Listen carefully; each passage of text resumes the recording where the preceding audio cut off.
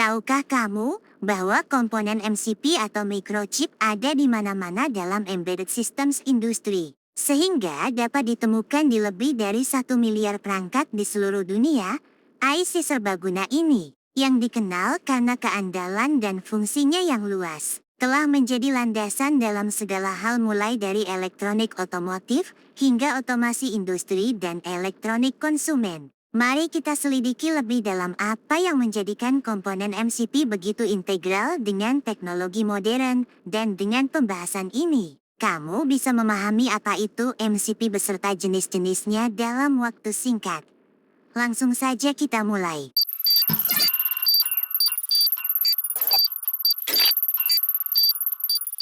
Selamat datang kembali di channel Elektro Game Tech. Kali ini kita akan membahas apa sih MCP itu? Ada berapa sih jenis MCP ini? Bagaimana sih prinsip dasar komunikasi CAN itu? Dan langkah-langkah konfigurasi mikrokontroler STM32 dengan MCP untuk menjalankan komunikasi CAN. Langsung saja kita kupas satu persatu. Microchip teknologi menghasilkan berbagai macam IC atau integrated circuit yang dikenal dengan nama MCP. Produk-produk ini sering digunakan dalam sistem kontrol, komunikasi, dan sensorika untuk berbagai aplikasi industri, otomotif, dan konsumen. Dalam dunia embedded systems industry controller area network atau bisa disebut CAN pada MCP menjadi komponen penting untuk memungkinkan komunikasi data yang andal dan efisien di antara berbagai perangkat. Controller ini dirancang khusus untuk mengelola kompleksitas protokol controller area network atau CAN. Selain itu, apa sih signifikansinya dalam dunia embedded systems industry? Yang pertama ada mendukung komunikasi yang andal. Controller CAN MCP sangat baik digunakan di lingkungan di mana komunikasi data yang andal dan real-time sangat penting. Mereka memastikan paket data ditransmisikan dan diterima dengan efisien. Bahkan dalam kondisi lingkungan yang berisik atau keras seperti di lingkungan otomotif dan industri. Yang kedua ada integrasi dengan microcontroller. Controller ini terintegrasi dengan mulus pada microcontroller dan embedded systems industri lainnya. Memanfaatkan antarmuka seperti SPI atau Serial Peripheral Interface untuk mengelola tugas-tugas komunikasi CAN. Integrasi ini menyederhanakan proses pengembangan yang memungkinkan mereka untuk fokus pada fungsionalitas aplikasi yang spesifik. Yang ketiga ada dukungan untuk protokol CAN. Controller CAN MCP mendukung berbagai versi protokol CAN, termasuk CAN 2.0B dan CAN-FD atau Flexible Data Rate. Keberagaman ini memungkinkan kompatibilitas dengan berbagai generasi perangkat yang mendukung CAN, menjamin interoperabilitas di seluruh jaringan yang berbeda. Yang keempat ada meningkatkan efisiensi sistem. Dengan mengurangi beban komunikasi CAN dari mikrokontroler utama, controller CAN MCP mengoptimalkan kinerja sistem. Mereka mengelola penyaringan pesan, penjadwalan transmisi, dan manajemen kesalahan secara mandiri. Mengurangi beban pada MCU dan meningkatkan efisiensi keseluruhan sistem. Yang terakhir ada bidang aplikasi. Controller CAN MCP digunakan secara luas dalam elektronik otomotif untuk mengelola unit kontrol mesin atau ECU, jaringan komunikasi kendaraan, dan pengumpulan data sensor. Mereka juga penting dalam otomatisasi industri untuk mengkoordinasikan mesin, memantau sensor, dan mengontrol proses produksi. Secara keseluruhan, controller CAN dan MCP memainkan peran krusial dalam menjaga operasi yang lancar dalam embedded systems industri dengan memastikan komunikasi yang andal dan efisien menggunakan protokol CAN. Fitur-fitur mereka yang tangguh, kemampuan integrasi dengan mikrokontroler, dan adopsi yang luas di berbagai industri menegaskan signifikansinya dalam aplikasi teknologi modern, baik dalam otomotif, otomatisasi industri, maupun elektronik konsumen. Controller CAN dan MCP terus mendorong inovasi dan kehandalan dalam desain sistem. Setelah kita mempelajari tentang dasar MCP dan CAN pada MCP, Selanjutnya apa saja sih jenis-jenis MCP yang umum digunakan? Langsung saja yang pertama ada MCP 2515. MCP ini adalah controller antarmuka CNN atau controller area network yang sangat populer. Dengan fungsi yang digunakan untuk mengatur komunikasi data melalui bus CNN yang biasanya digunakan dalam sistem kendaraan, peralatan industri, dan aplikasi lain yang memerlukan pertukaran data yang handal, serta memiliki fitur protokol CIAN 2.0b.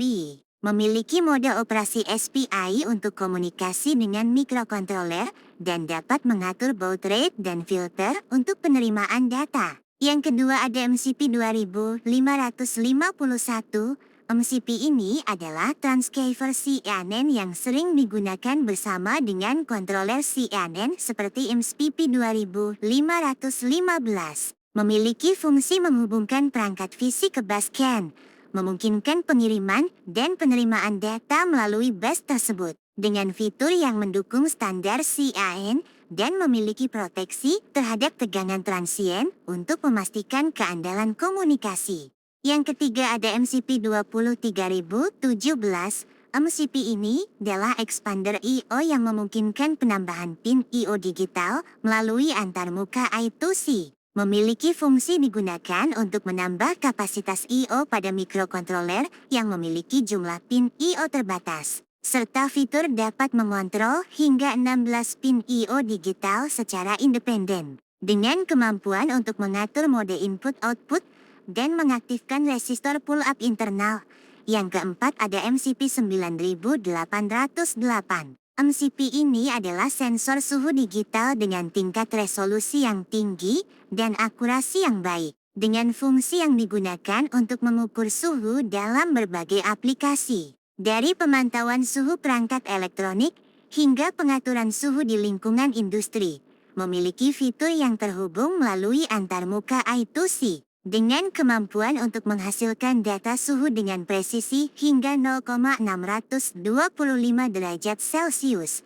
Yang terakhir ada MCP 7940N. MCP ini adalah RTC atau Real-Time Clock dengan modul kalender dan timer yang terhubung melalui antarmuka I2C. Memiliki fungsi menyediakan waktu dan tanggal real-time untuk sistem yang memerlukan sinkronisasi waktu, serta fitur dapat mempertahankan waktu bahkan saat daya utama dimatikan dengan kemampuan untuk melakukan pengaturan alarm dan timer. Setelah kita mengetahui dari dasar dan jenisnya, lantas apa sih tantangan dan solusi yang dihadapi oleh pemula saat mencoba MCP untuk komunikasi CAN? Mari kita bahas lagi satu persatu. Yang pertama adalah memahami dasar protokol CAN. Protokol CAN memiliki aturan dan mekanisme tertentu seperti arbitrase pesan, penanganan kesalahan, dan prioritas pesan yang perlu dipahami oleh pemula. Untuk solusinya, pemula perlu menghabiskan waktu untuk memahami dasar-dasar protokol CAN melalui dokumen-dokumen seperti datasheet, catatan aplikasi, dan panduan-panduan pengantar. Kedua adalah penyiapan dan koneksi perangkat keras. Menyiapkan koneksi perangkat keras antara controller CAN dan MCP, transceiver, misalnya MCP 2551, dan mikrokontroler dapat menjadi rumit, terutama bagi mereka yang baru mengenal antarmuka perangkat keras. Solusinya mengikuti dengan seksama diagram rangkaian yang disarankan dan panduan koneksi yang terdapat dalam datasheet MCP. Menggunakan papan pengembangan atau kit evaluasi yang dapat menyederhanakan penyiapan awal juga dapat membantu. Ketiga adalah mengonfigurasi pengaturan controller MCP. Mengonfigurasi pengaturan controller CAN MCP melalui SPI atau antarmuka lainnya untuk sesuai dengan kebutuhan aplikasi dan jaringan CAN bisa rumit. Solusinya memanfaatkan alat perangkat lunak seperti librari perangkat lunak MCP dari Microchip atau STM32 Chip MS untuk mikrokontroler STM32 yang menyediakan antarmuka grafis untuk mengonfigurasi komunikasi SPI dan pengaturan controller CAN. Keempat adalah menangani pengiriman dan penerimaan pesan CAN. mengimplementasikan logika untuk mengirim dan menerima pesan CAN dengan benar melibatkan pemahaman dalam manajemen buffer, penanganan interrupt, dan pemeriksaan kesalahan. Untuk solusinya merujuk pada kode contoh dan tutorial yang menunjukkan operasi dasar pengiriman dan penerimaan pesan CAN. Melakukan percobaan dengan setup tes sederhana untuk memverifikasi komunikasi juga membantu dalam memahami konsep-konsep ini. Kelima adalah memecahkan masalah komunikasi. Mengidentifikasi dan memecahkan masalah komunikasi seperti pesan korup, kondisi bus off, dan ketidakcocokan waktu bisa sulit bagi pemula. Untuk solusinya menggunakan alat debug seperti osiloskop untuk memantau sinyal bus CAN. Menganalisis frame kesalahan yang disediakan oleh controller CAN MCP dan secara sistematis menguji komponen-komponen berbeda dari setup perangkat keras dan perangkat lunak dapat membantu dalam memecahkan masalah. Dengan mengatasi beberapa tantangan-tantangan yang dihadapi pemula tadi secara sistematis dan memanfaatkan sumber daya yang tersedia, maka pemula juga bisa berhasil dalam proses menghubungkan MCP untuk komunikasi CAN serta mendapatkan pengalaman berharga. Setelah kita tadi berbicara tentang tantangan yang dihadapi oleh pemula, saya akan jelaskan sedikit mengenai prinsip dasar dari Controller Area Network atau CAN. Controller Area Network atau CAN adalah sebuah protokol komunikasi yang dirancang untuk mendukung pertukaran data yang handal dan efisien antara berbagai perangkat elektronik dalam suatu jaringan. Berikut adalah prinsip dasar dari Controller Area Network atau CAN. Yang pertama ada komunikasi multimaster. CAN dirancang sebagai protokol komunikasi multimaster yang berarti setiap perangkat atau node dalam jaringan memiliki kemampuan untuk mengirim dan menerima data secara independen. Tidak ada node utama yang mengendalikan semua komunikasi, sehingga setiap perangkat dapat berpartisipasi dalam pengiriman pesan. Yang kedua ada struktur pesan yang terstruktur. Setiap pesan dalam jaringan CAN memiliki struktur yang terdefinisi dengan baik, yang terdiri dari beberapa bagian utama seperti identifier atau ID yang menunjukkan prioritas pesan dan jenis data yang dikirim. Data field yang mengandung informasi atau payload yang akan dikirim. Control bits yang memuat informasi tambahan seperti panjang pesan, status error, dan informasi pengaturan lainnya. Struktur inilah yang membuat CAN dapat terdefinisi dengan baik. Yang ketiga adalah metode arbitrase. Ketika beberapa node ingin mengirim pesan secara bersamaan, CAN menggunakan metode arbitrase untuk menentukan prioritas pengiriman. Setiap pesan dilengkapi dengan ID yang unik, dan pesan dengan ID yang lebih rendah memiliki prioritas lebih tinggi. Ini memastikan bahwa data yang paling penting atau mendesak dapat ditransmisikan lebih cepat. Keempat ada deteksi dan penanganan kesalahan. CAN memiliki mekanisme bawaan untuk mendeteksi kesalahan dalam pengiriman data, seperti kesalahan checksum atau gangguan di dalam jaringan. Mekanisme ini termasuk pengiriman ulang otomatis, manajemen kondisi bus off jika terjadi masalah serius, dan penanganan efisien terhadap kesalahan yang terdeteksi. Kelima, ada efisiensi dan keandalan. Dengan menggunakan metode arbitrase yang efisien dan manajemen kesalahan yang baik, CAN menawarkan komunikasi yang handal dan efisien, bahkan dalam lingkungan yang berisik atau dengan lalu lintas data yang padat. Protokol ini sangat cocok untuk aplikasi otomotif, industri, dan sistem lainnya yang membutuhkan pertukaran data yang cepat dan dapat diandalkan. Keenam, ada fleksibilitas dan skalabilitas. CAN dirancang untuk mendukung berbagai topologi jaringan, mulai dari sistem sederhana dengan beberapa perangkat hingga jaringan yang kompleks dengan ratusan node. Ini memberikan fleksibilitas yang besar dalam desain sistem dan memungkinkan pengembangan aplikasi yang lebih kompleks. Dengan prinsip dasar seperti ini, Controller Area Network atau CAN telah menjadi salah satu protokol komunikasi yang paling populer dan luas digunakan dalam industri otomotif, otomatisasi industri, dan aplikasi lainnya di seluruh dunia.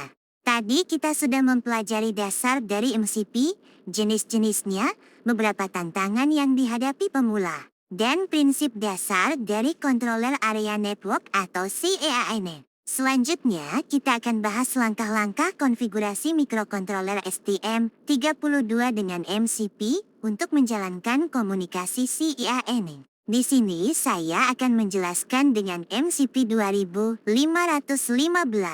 Langkah pertama adalah persiapan perangkat keras. Hubungkan MCP 2515 dengan STM32. Koneksi SPI. Hubungkan pin SPI MISO, SJK dari MCP 2515 ke pin SPI yang sesuai pada mikrokontroler STM32 biasanya ditandai sebagai SPI 1 atau SPI 2 pada STM32.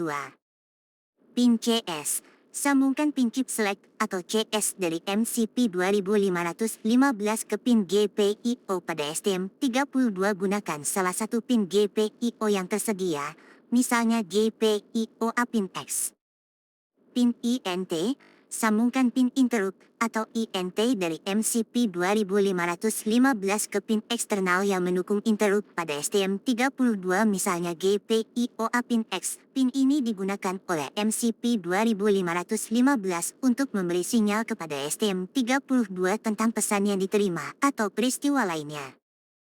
Selanjutnya, pasokan daya. Pastikan STM32 dan MCP 2515 mendapatkan pasokan daya sesuai dengan spesifikasi masing-masing, umumnya 3,3 volt atau 5 volt, tergantung model yang digunakan. Terakhir ada resistor terminasi. Jika diperlukan oleh stuk CAN bus Anda, terutama untuk jalur bus yang panjang, letakkan resistor terminasi biasanya 120 ohm di kedua ujung jalur CAN bus. Biasanya sudah ada di PCB MCP 2515 sendiri dan bisa langsung digunakan tanpa perlu menambah lagi resistornya. Setelah persiapan perangkat keras selesai, langkah kedua konfigurasi perangkat lunaknya. Pertama, konfigurasi STM32.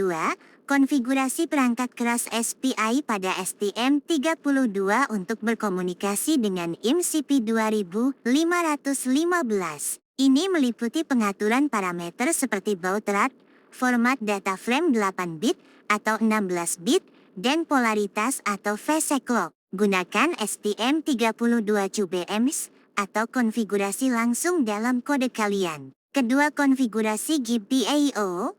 Konfigurasikan pin GPIO untuk GSS atau chip select dan INT atau interrupt pada STM32. Atur pin CS sebagai output untuk SPI chip select dan pin INT sebagai input dengan kemampuan interrupt. Ketiga, konfigurasi CAN.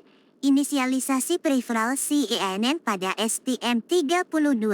Konfigurasi parameter seperti baud rate CAN, mode operasi normal atau loopback untuk pengujian, dan format frame standar atau extended. Aktifkan peripheral CAN dan konfigurasikan filter dan mask jika diperlukan untuk menerima pesan-pesan tertentu. Setelah konfigurasi perangkat lunaknya selesai, langkah ketiga kita konfigurasi MCP 2515.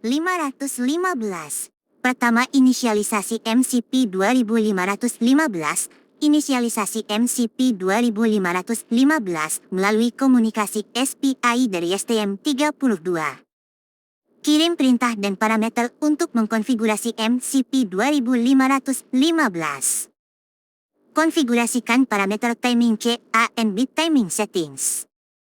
Atur mode operasional, misalnya mode normal. Konfigurasikan filter dan mask untuk menyaring pesan yang masuk jika diperlukan. Konfigurasikan interrupt jika menggunakan pin YNT untuk pemberitahuan penerimaan pesan. Kedua, pengujian dan debugging. Kirim pesan CAN. Implementasikan kode pada STM32 untuk mengirim pesan CAN. Bungkus data ke dalam frame CAN dan kirim menggunakan peripheral CAN. Terima pesan CAN. Implementasikan rutinitas layanan interrupt ISR atau mekanisme polling pada STM32 untuk menangani pesan CAN yang diterima. Debugging. Gunakan alat debugging seperti osiloskop untuk memonitor sinyal bus CAN, serial console untuk pesan debug, dan indikator LED untuk status pengiriman atau penerimaan untuk memeriksa status dan integritas komunikasi. Setelah konfigurasi MCP 2515, langkah keempat kita penggunaan kode contoh dan library. Microchip menyediakan contoh kode dan library untuk MCP 2515 yang dapat Anda sesuaikan untuk digunakan dengan STM32. STM32 Chip IDE atau STM32 Chip MX dapat menghasilkan kode inisialisasi untuk peripheral SPI dan CAN, menyederhanakan pengaturan kalian. Untuk langkah terakhir adalah integrasi akhir dan pengujian. Integrasi semua komponen perangkat keras dan perangkat lunak. Uji setup secara keseluruhan dengan mengirim dan menerima pesan CAN antara STM32 dan perangkat CAN lainnya pada bus. Verifikasi integritas pesan, timing, dan keandalan sistem di bawah berbagai kondisi operasional. Dengan mengikuti langkah-langkah ini dengan hati-hati dan merujuk pada datasheet, catatan aplikasi, dan kode contoh yang disediakan oleh Microchip dan STM32, kalian dapat menjalankan komunikasi CAN antara STM32 dan MCP 2515, memungkinkan pertukaran data yang andal dalam sistem kalian. Setelah kita memahami dari dasar MCP hingga memahami dasar komunikasi CAN, dapat kita ambil kesimpulan bahwa komunikasi controller area network atau CAN adalah protokol vital untuk pertukaran data antara perangkat elektronik dalam jaringan. MCP 2515 dari Microchip memainkan peran penting dengan menyediakan controller CAN yang terintegrasi, mempermudah pengembangan embedded systems industry. Dengan MCP, kompleksitas konfigurasi berkurang, memungkinkan pengembang fokus pada pengembangan aplikasi dan meningkatkan keandalan serta efisiensi komunikasi CAN. Jelajahi lebih banyak pembahasan tentang dunia elektronika dan mikrokontroler di channel saya ini. Jangan lupa like, komen, dan subscribe untuk tidak ketinggalan video baru dari saya. Sampai jumpa di video selanjutnya. Terima kasih.